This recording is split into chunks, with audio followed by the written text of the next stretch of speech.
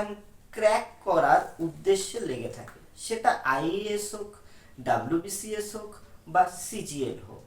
উদ্দেশ্য একটাই, খুব তাড়াতাড়ি একটা সরকারি চাকরি। আর এই তাড়াহুড়ো করতে গিয়েই তারা আনঅর্গানাইজড ওয়েতে একটা পড়াশুনো বা প্রিপারেশন চালাতে থাকে, যার ফলে কি হয়, কোনো একটা নোটিফিকেশন হাতে পাওয়া মাত্রই তারা সেই এক্সামের কোয়েশ্চেন প্যাটার্ন, সিলেবাস এই সম্পূর্ণ ধারণা ছাড়াই কিন্তু পড়াশুনো করতে থাকে। আর তখনই কিন্তু একটা সমস্যার দেখা দেয়।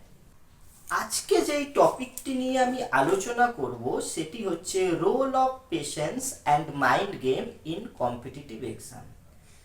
ইউপিএসসি, ডাব্লিউবিসিএস বা সিজিএল এর মতন এই ধরনের একটা যে কোনো এক্সামকে টার্গেট করে যদি এগোনো যায় তাহলে অনেক বেটার।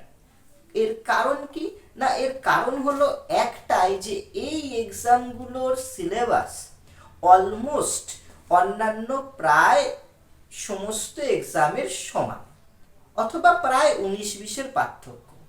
তো তোমাদেরকে যেটা করতে হবে, ইউপিএসসি, ডাব্লিউবিসিএস বা সিজিএল এই ধরনের এক্সামের যে কোনো একটাকে পিক করে তোমাদেরকে চলতে হবে। সবার প্রথমেই যদি একটা ঝাঁপ মারার প্রবণতা থাকে এবং মনে হয় যে আমি 6 মাস, 5 মাস বা 1 বছরের মধ্যে একটা এক্সাম ক্র্যাক করে নেব, এইভাবে তাড়াহুড়ো করে ঝাঁপ মারার প্রবণতা নিয়ে কিন্তু সরকারি চাকরির ক্ষেত্রে পসিবল নয়।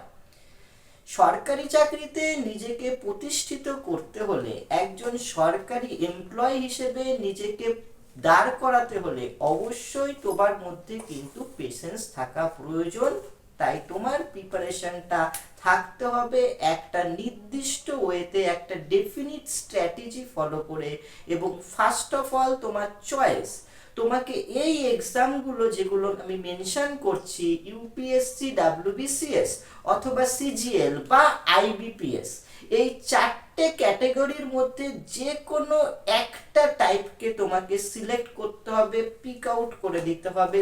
সেই ওরিয়েন্টেড তোমাকে পড়াশোনা করতে হবে যে না, আমি এই ইউপিএসসি ট্রেন্ডের যে এক্সামগুলো আছে সেগুলো দেব, বা ডাব্লিউবিসিএস এক্সামটা যদি আমি প্রিপারেশন নিই তাহলে ডাব্লিউবিসিএস এর সঙ্গে, রুটটার সঙ্গে আমার অন্যান্য রিলেটেড কি এক্সাম আছে সেগুলোর জন্য আমি ঝাঁপিয়ে পড়ব। কিংবা কারো যদি ডিফেন্স লাইনের জন্য প্রয়োজনীয়তা থাকে তাহলে ডিফেন্সের জন্য আমি কি কি করণীয় সেটা আমি পিক করব।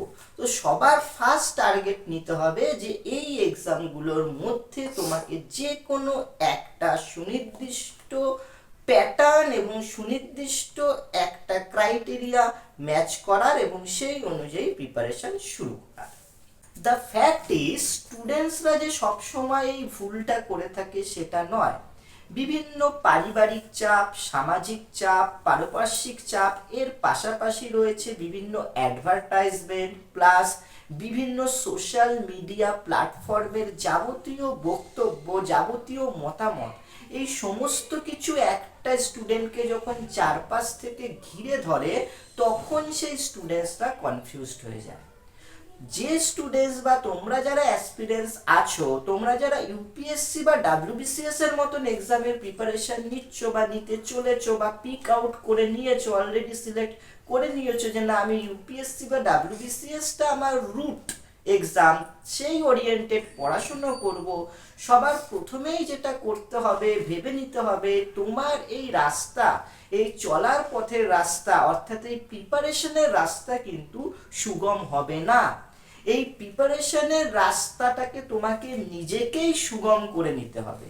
অর্থাৎ এই যে তোমার প্রিপারেশনের জার্নি, এই জার্নিতে বিভিন্ন বাধা ও প্রতিকূলতার সৃষ্টি হবে। সেটা সামাজিক হোক, পারিপার্শ্বিক হোক, সোশ্যাল মিডিয়া হোক, বন্ধু বান্ধবের থেকে হোক, এমনকি ইভেন ফ্যামিলি মেম্বার্সরা থেকেও হোক, বিভিন্ন বাধা এবং পরিস্থিতি কিন্তু তোমাকে চারদিক থেকে ঘিরে ধরবে। কিন্তু এই সমস্ত কিছু বাধা পেরিয়ে তোমাকে অবশ্যই এই প্রতিকূলতাগুলোকে ছাপিয়ে গিয়ে তোমার এই প্রিপারেশনের রাস্তাটা নিজেকেই মসৃণ করতে হবে। এবং তার জন্য অবশ্যই প্রয়োজন পেশেন্স, অর্থাৎ ধৈর্য তোমাকে ধরতেই হবে। প্রবলেমটা কখন হয়, যখন একসাথে মানুষের অনেকগুলো অপশন কাছে এসে পড়ে এবং তখন মানুষ চায় সবকটা অপশনকেই এক এক করে ট্রাই করতে, এবং এই সব অপশন ট্রাই করতে যাওয়ার সময় কিন্তু মাইন্ড গেম আমাদের একটা অত্যন্ত গুরুত্বপূর্ণ ভূমিকা পালন করে।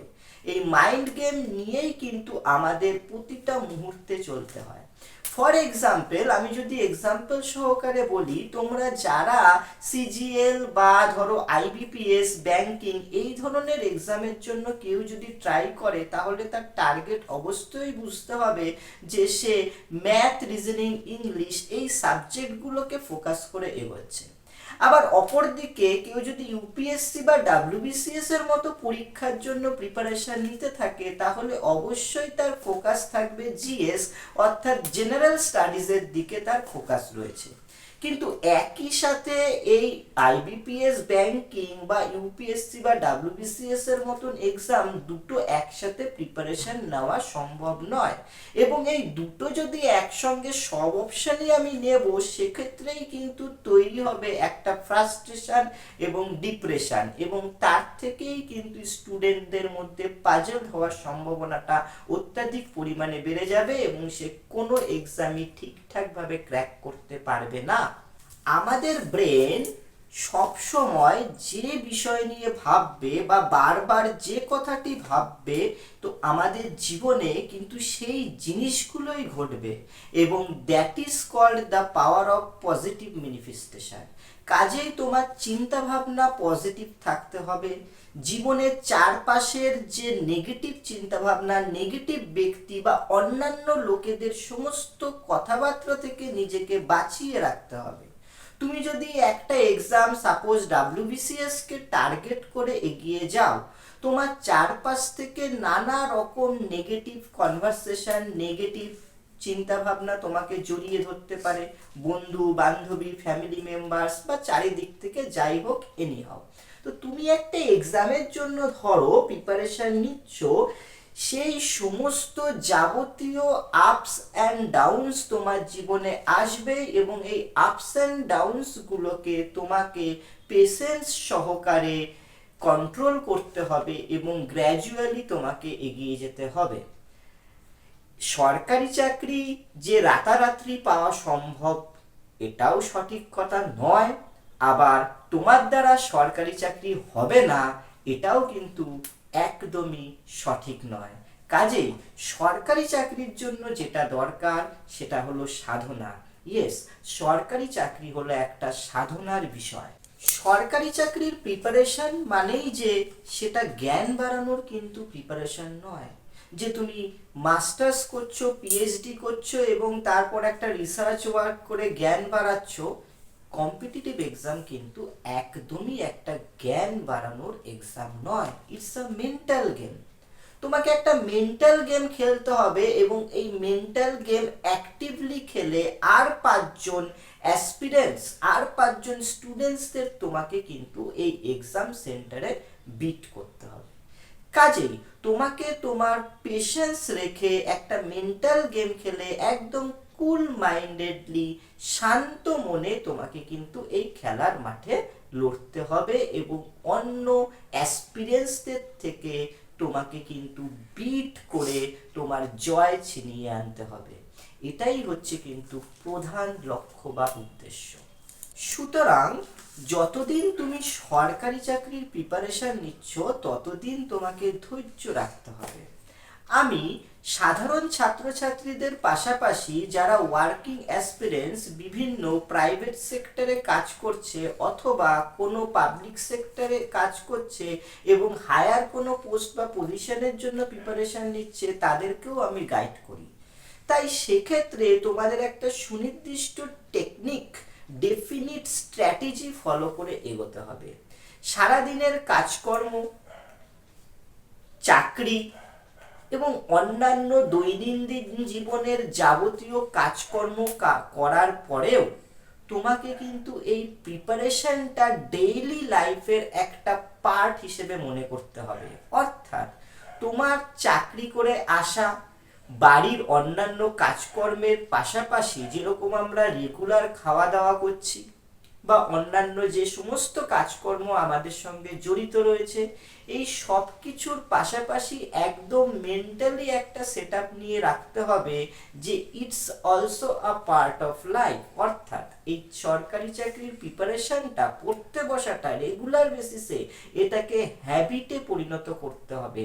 অ্যাটলিস্ট দিন শেষে রাত্রিবেলা যদি কোনো কারণে তুমি আজকের দিনে পড়াশুনো না করতে পারো, যাতে ঘুম না আসে এবং ঘুমানোর আগে যেন তোমার রিমাইন্ডার আসে যে আজ সারাদিন তো একটা লাইনও পড়া হয়নি।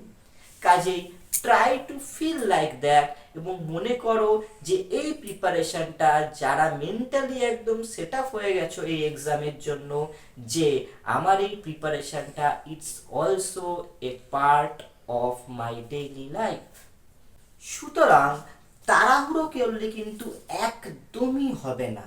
তোমাকে ধরে থাকতে হবে, লেগে থাকতে হবে, পেশেন্স রাখতে হবে এবং সঠিক সময় সঠিক সিচুয়েশনে মাইন্ড গেম খেলতে হবে।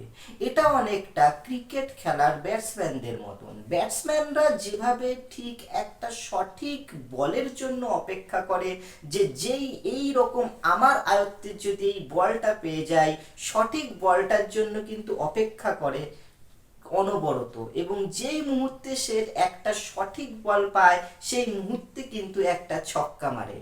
সো কম্পিটিটিভ এক্সামও ঠিক like that, it's all about mind game, it's all about patience.